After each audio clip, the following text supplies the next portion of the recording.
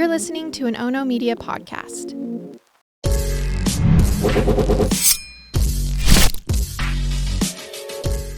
Good morning, and thanks for joining me for Rise in Crime, your morning caffeine hit all about crime. I'm Mama Jules, and I have an update-heavy episode today to cases we've covered previously, and then there's one new case for y'all. So let's just jump in. We'll start with this one. Back on April 11th, I told you the story of little Elijah Beau. He's the 3-year-old Manitowoc County toddler out of Wisconsin that was missing after his mother's boyfriend was watching the young child.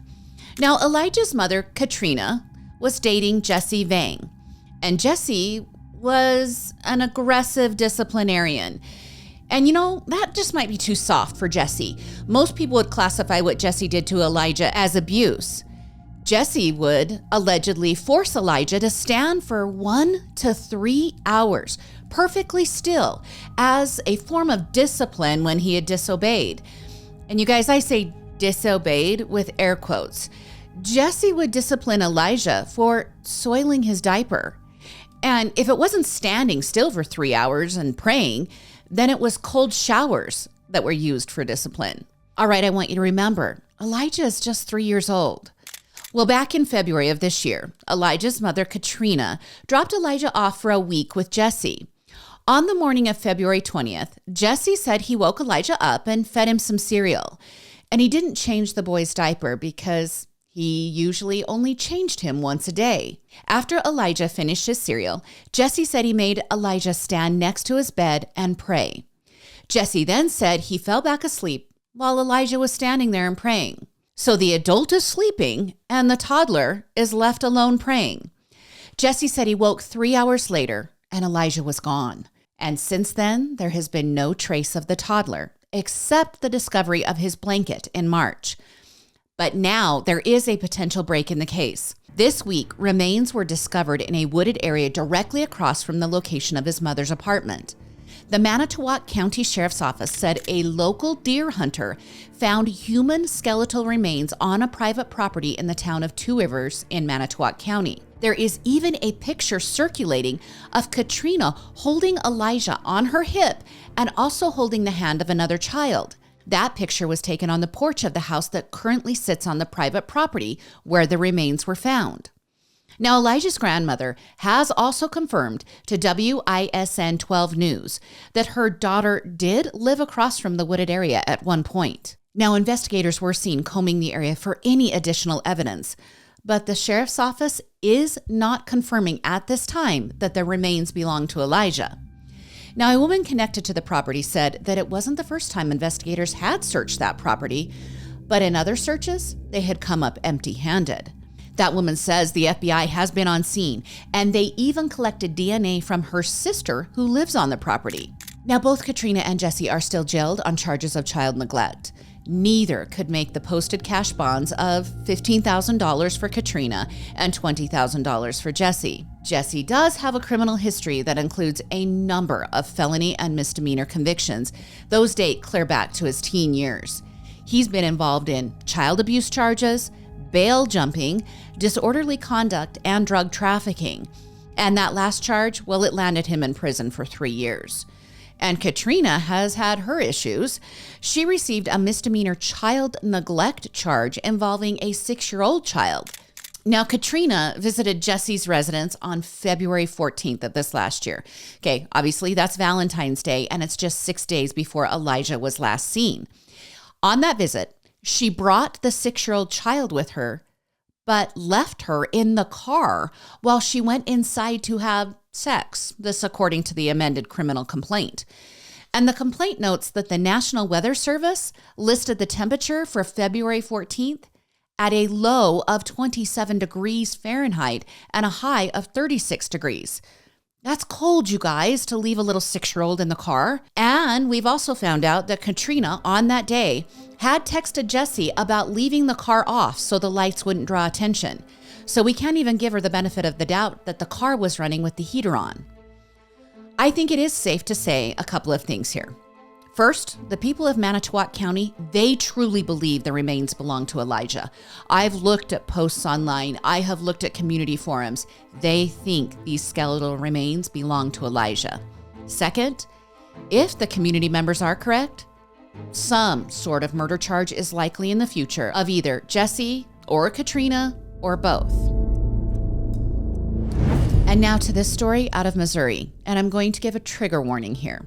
I know you guys hate stories about animals and death of animals, and this story does include the death of a beloved and well-trained animal. So if you don't want to hear this update, just skip forward about 3 minutes.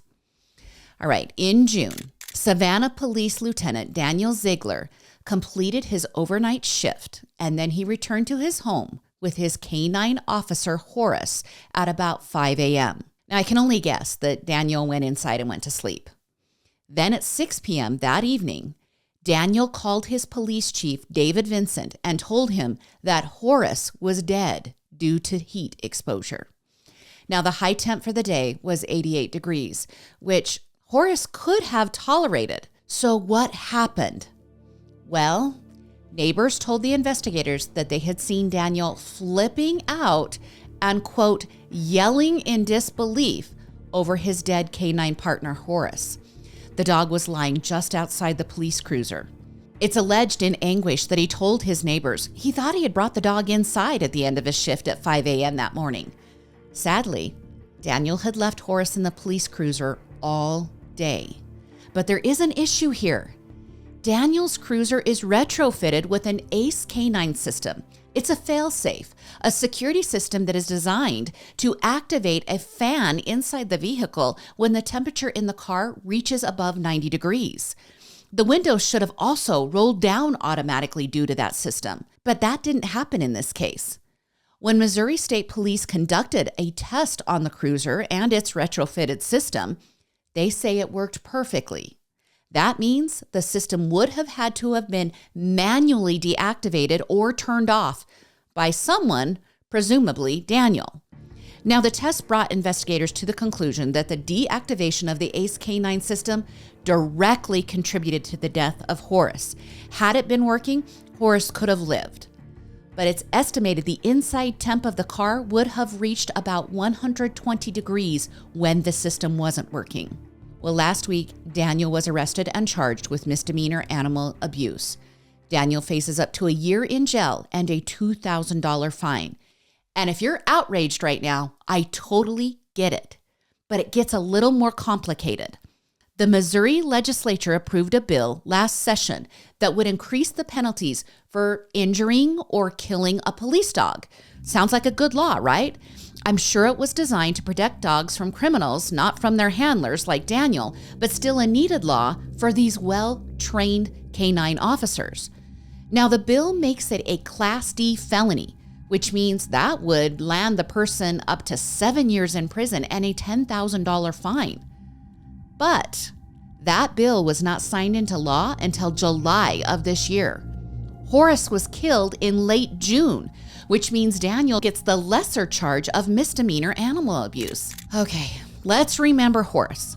He's a full-breed German Shepherd who joined the department in February of 2021 when he was 2 years old and he had completed his extensive training. When he joined the department, he and Daniel trained for 8 weeks together. The Facebook post from February of 2021 announced Horace joining the department, and that post has been inundated with negative comments about Daniel and about his alleged complicity in Horace's death. One person asked the question on that post of, how can civilians trust a department that allows this kind of behavior with one of their own? Then others complained that Daniel has kept his job and that he was even off work for a time with paid leave following the incident. Some people that posted feel that a canine is a partner, a true partner, more than a pet, and that the fact that he was left unnoticed is inexcusable. Now, I do want to recognize one kind gesture to end this story. An anonymous community member purchased a beautiful gravestone for Horace, and many toys have been left by other community members at Horace's gravesite. You guys, I report on a lot of disgusting and vile behavior here at Rise in Crime, but let's remember that there are good people out there as well.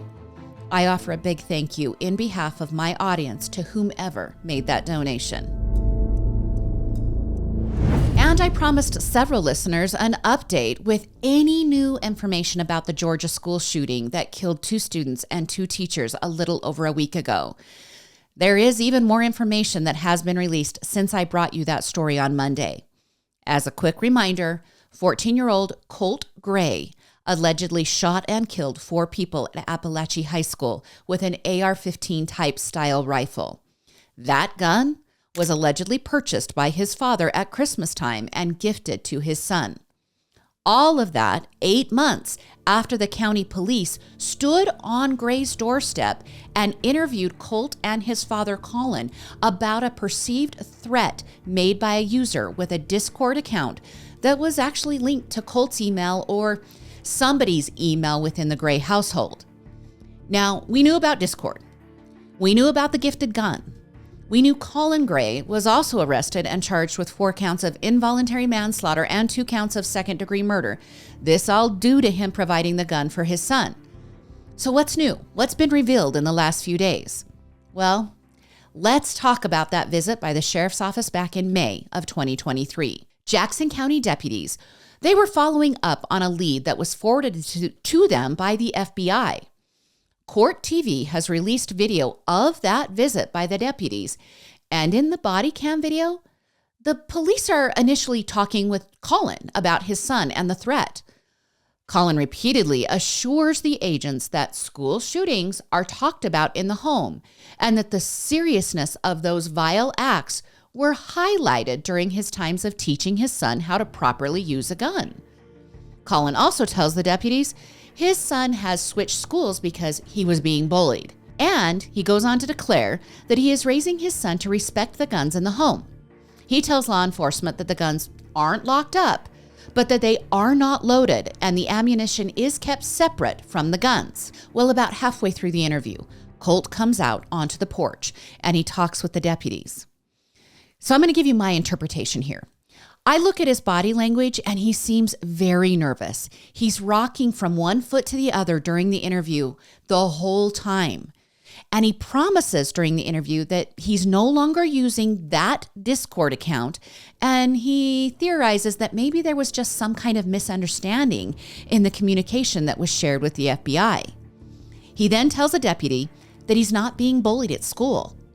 But his father interrupts and says, "Now tell the truth. I already told them you were being bullied." Colt then softens on the issue and says his new school is much better than his old school. Now, one of the most alarming parts of the body cam footage is how different Colt looks.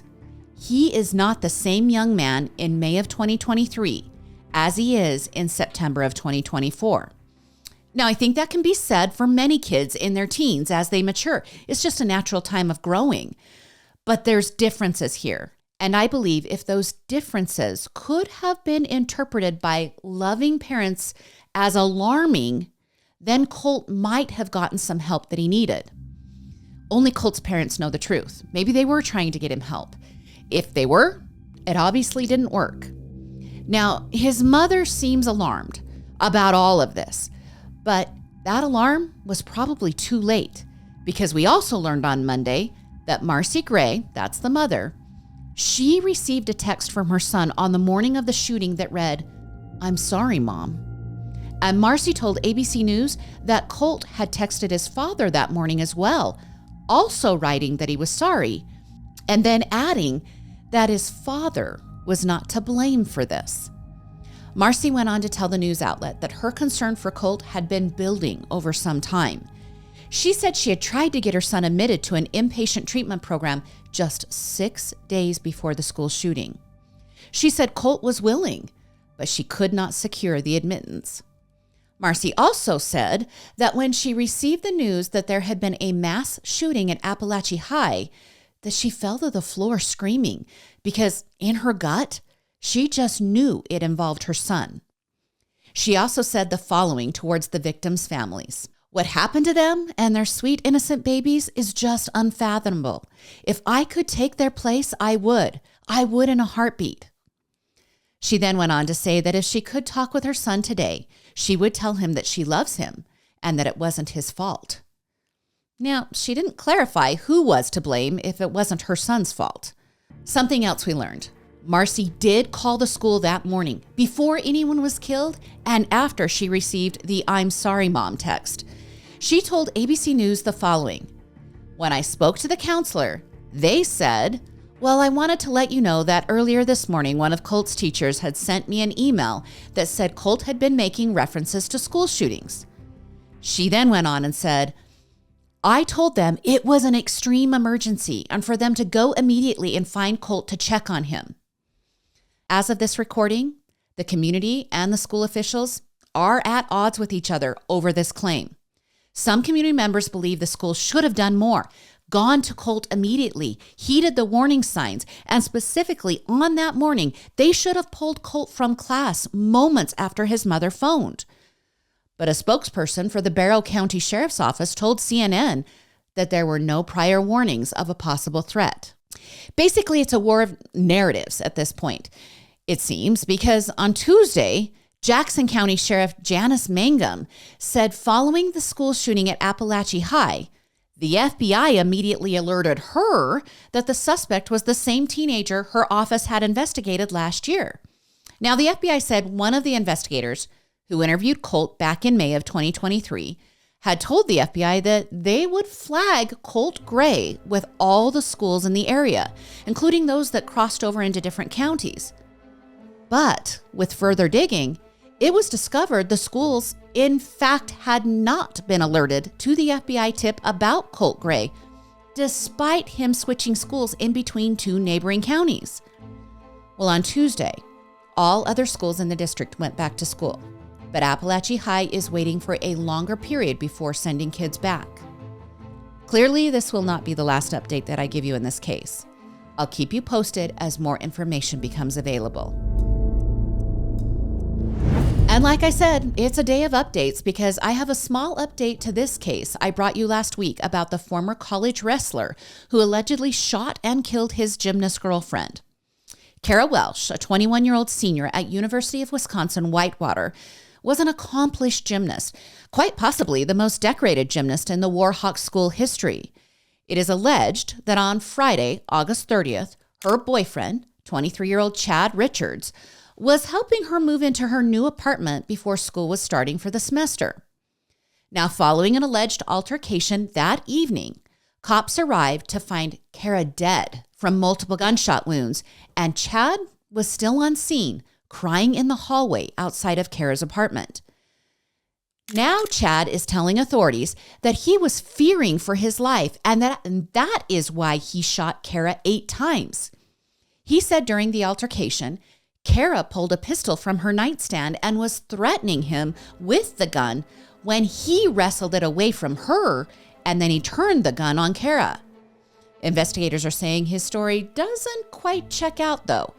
They allege that Cara was found in a pool of blood on the floor in the fetal position. So, if he was threatened, why was Cara in that fetal position?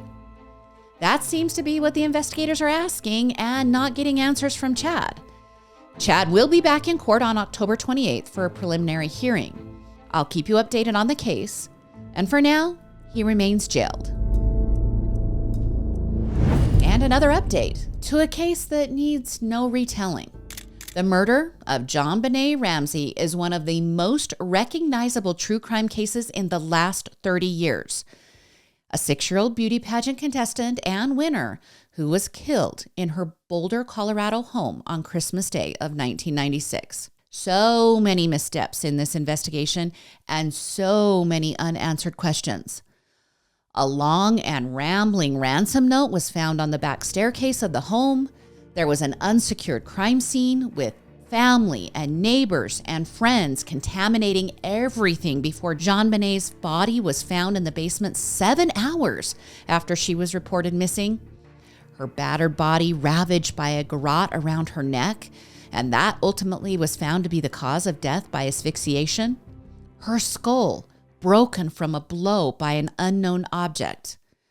Now, there's been documentaries and extended coverage, books and interviews, and all of it for naught.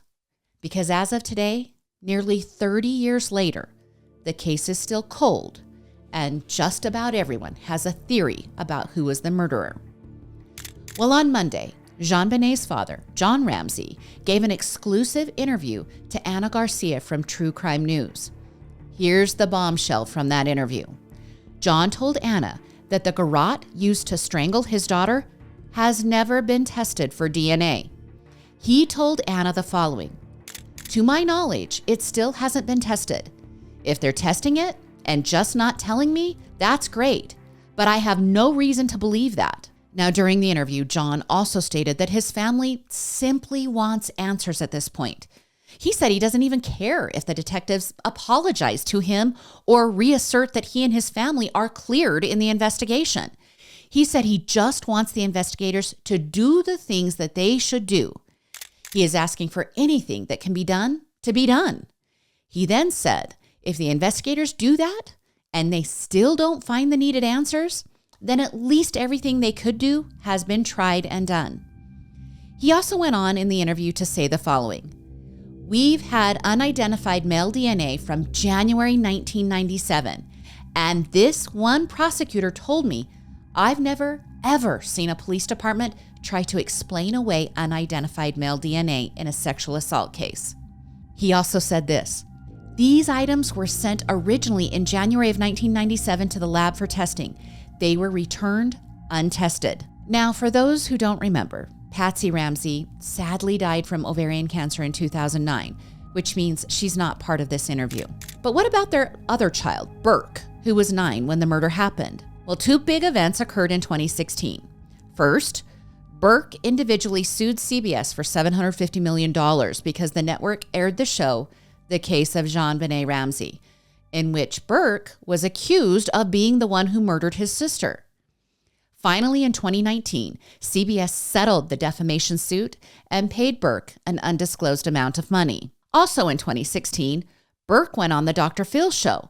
He spoke about the theory that he was his sister's murderer and that his parents staged an elaborate cover-up on that Christmas day to protect him. He told Dr. Phil that he doesn't know what to say about that theory, other than he knows that it's not what happened. He said there have been people who have said that it's not even possible for a 9-year-old to do that. He also offered the theory that he's always thought that Jon Benet's killer was probably a pedophile that saw her at one of the pageants. Now, Burke works as a software engineer and lives a quiet life, according to In Touch Weekly. I would love to hear your theories on this case because everyone has one. Let me know in the comments or DM me on social media. Now, from one ultra-large case to another, and this one involves Casey Anthony. Much like Jon Benet, I don't really need to tell you much about this case, but remember, she's the mother from Florida who was jointly raising her 3-year-old daughter, Kaylee, with the help of her parents, George and Cindy Anthony. In July of 2008, Cindy made a 911 call and reported her granddaughter missing, saying she hadn't been seen for 31 days. Casey went on for the next several days, misleading investigators through the disappearance investigation. She even went as far as claiming her nanny had kidnapped the child. In October of 2008, Casey was arrested and charged with first-degree murder for her daughter, Kaylee. 3 months later, Kaylee's skeletal remains were found with her blanket inside a laundry bag in a wooded area near the Anthony's home. Now, the state of Florida sought the death penalty in the case against Casey, saying Casey used chloroform to subdue Kaylee and then killed her and placed her body in the woods. Her defense team focused on calling the prosecution's case fantasy forensics and saying that her father, George, had found Kaylee in an accidental drowning and that George was the one who disposed of the body. Well, a jury ultimately found Casey not guilty in July of 2011. Several days later, Casey was released from jail with credit for time served, even though she was found guilty of misleading investigators. All right, so what's the update? Well, in the subsequent years following her release and acquittal, Casey has spent a majority of her time with those who worked on her defense team. She even worked for the former members of the team. Last week, it was revealed that Casey had moved from Florida to Tennessee to continue a relationship with her new beau, 48-year-old Tyson Ray Rhodes. Well, just days after that information was released, more information has come forward about Tyson, and it's not so flattering. 2 different women allege that Tyson is using the dating app Hinge to try and hook up with women. Tyson isn't new to controversy because in order to date Casey, he blew up his 20-year marriage to his mother of 2 sons. So do these women even have a legitimate claim about Hinge? Well, the New York Post says absolutely. They say they have reviewed screenshots of conversations between the women and an account that appears to belong to Tyson. In one of the conversations, the woman confronts Tyson and says, "Did you know you're in the New York Post for dating Casey Anthony?" He responds that, yeah, he knows. And then the other convos between Tyson and the women reference that he says he is divorced, even though he's still legally married to his wife. Now, the exchanges have been occurring over the last 2 months, and the most recent exchanges occurred just last week. So this leads to the next question. How long have Casey and Tyson been dating? Well, that answer is 9 months. That means all the Hinge messaging occurred while Casey and Tyson were dating, and all of the dating between Casey and Tyson has occurred while Tyson is still legally married. Casey and Tyson met at a South Florida gym in January.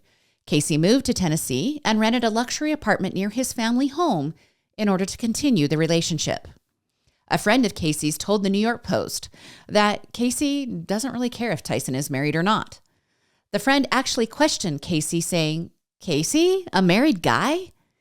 And Casey allegedly responded with, "Oh, shut up. I'm living the life I want." I guess old habits die hard. Well, that's your Thursday episode of Rise and Crime. Thanks for joining me on Rise and Crime. I love being a part of your day. And please share this show with a friend. That really helps the podcast and the YouTube broadcast grow. And we always love 5-star reviews and positive comments. And you can like and follow all of our social media and YouTube accounts that we have here at Oh No Media. Remember, that's Murder with My Husband, Into the Dark, and Rise and Crime. Join me again on Monday for more morning crime news. I'm Mama Jules, and keep safe out there.